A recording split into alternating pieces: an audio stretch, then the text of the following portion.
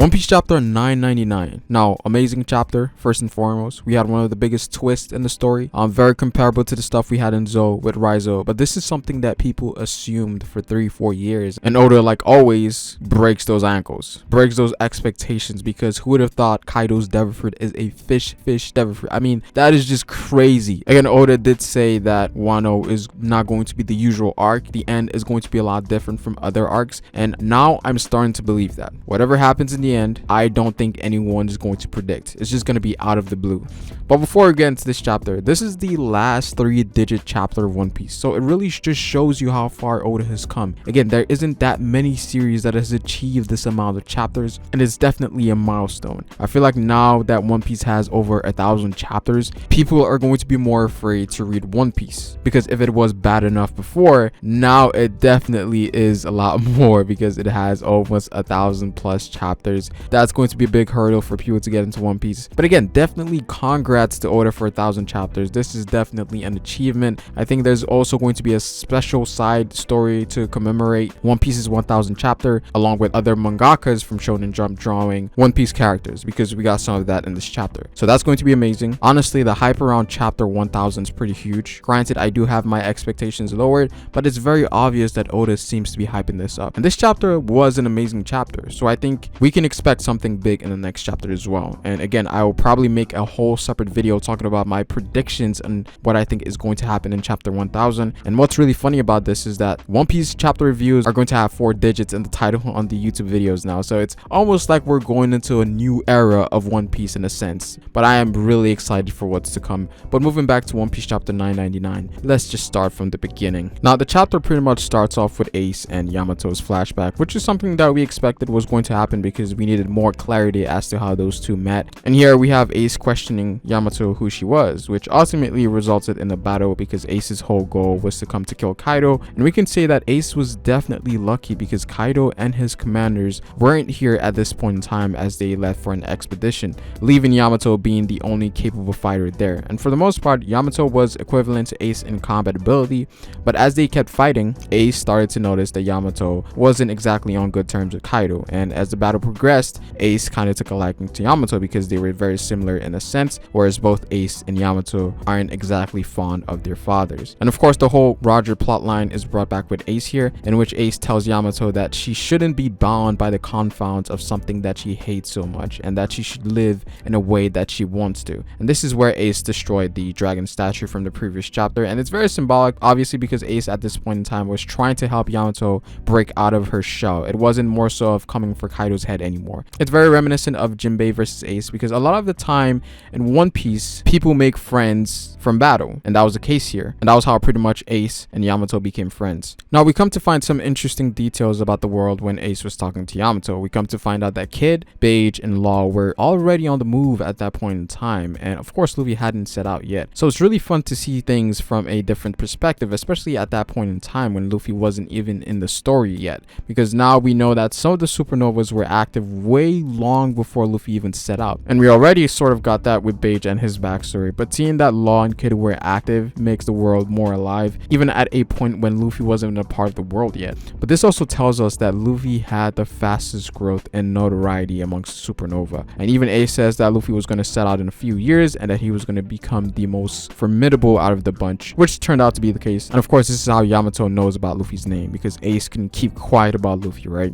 But in conclusion, what we got from this flashback is that Ace tried to fight Kaido, but things didn't follow through, and Ace ended up never meeting Kaido. But if he did, things could have turned out way much different. What's also really interesting is that Ace also brings up the term that Luffy will stir up a storm, and this term has been said several times over when it comes to Luffy, and obviously this is in relation to Luffy being a part of the D clan. And even Yamato states that Luffy coming to Wano must have been fate, and I think we might get some revelations about the D's possibly in the next chapter, because we see that Yamato brought out Oden's journal to tell Momo about something, and I doubt Oda is going to skip over this because it's almost like he's building something up. So the next chapter might give us a glimpse as to what the D is and what it represents, or what it even stands for. Maybe not the entire whole story about it, but how it relates to this situation in Wano and how it relates to Momo. So that's going to be very interesting. Now the second portion focuses a lot on Marco. Now we finally get the moment that we've been waiting for, and that is for Marco to take Zoro up to the roof, right?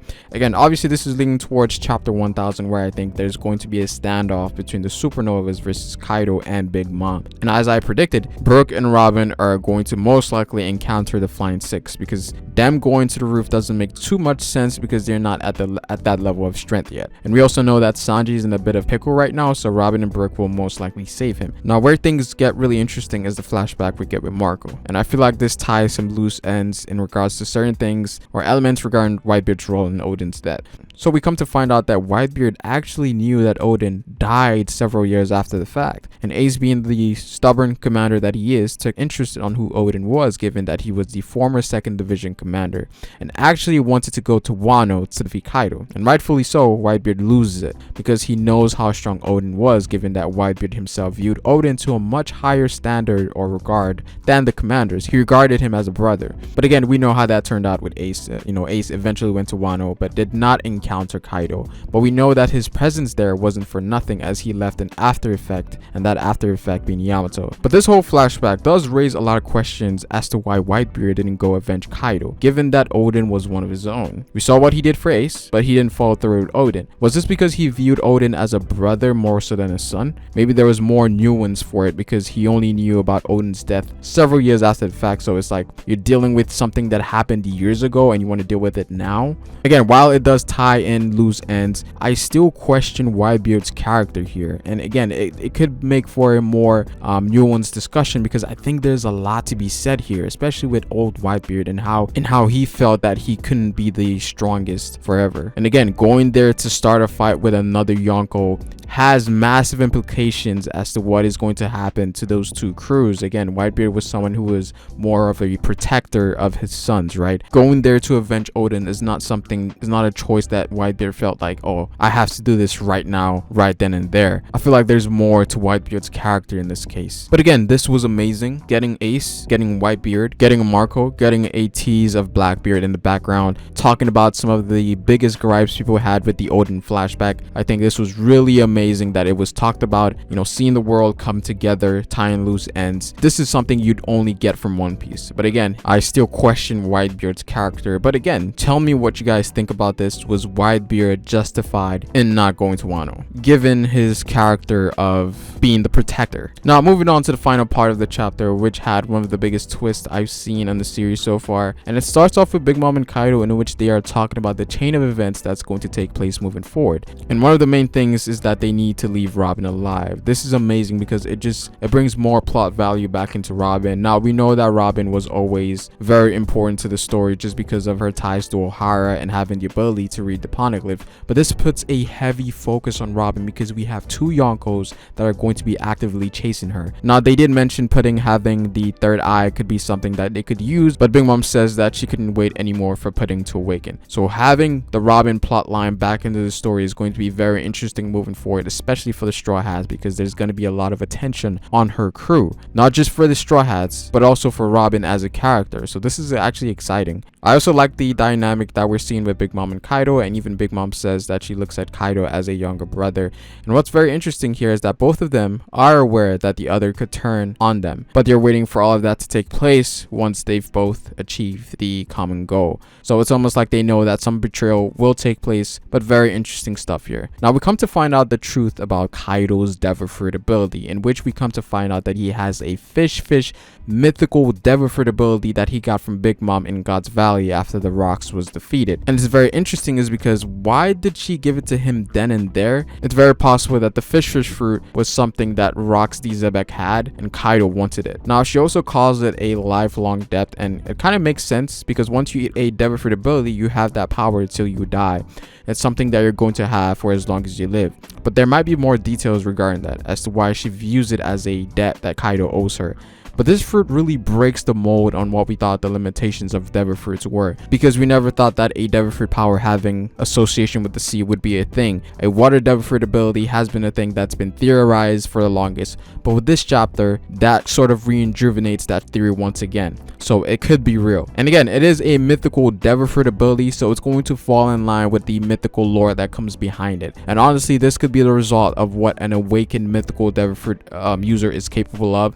It would be very interesting if Oda goes this route and opens the world of Awakening a bit more for us. But overall, amazing chapter. The wait for chapter 1000 is already on the way, so be careful with the spoilers, guys, because we are most likely going to get this chapter, the chapter this year, and depending on what happens in that chapter, spoilers are going to be rampant. But I would assume that the next chapter will surpass this chapter in terms of just about everything, pretty much, right? We're gonna get lore, hype, everything that every One Piece fan wants. But that is pretty much it for this video, guys, and definitely give me your thoughts on what you think will happen in the next chapter. This is going to be a milestone. It's going to be a huge chapter. What sort of reveal is going to be unleashed in the next chapter? Definitely comment down below what you guys think. Like the video if you liked it, and subscribe for more One Piece content on this channel. You can follow me on Twitter at Ferrispace, but it is fair, guys, and I will see you folks later. Peace.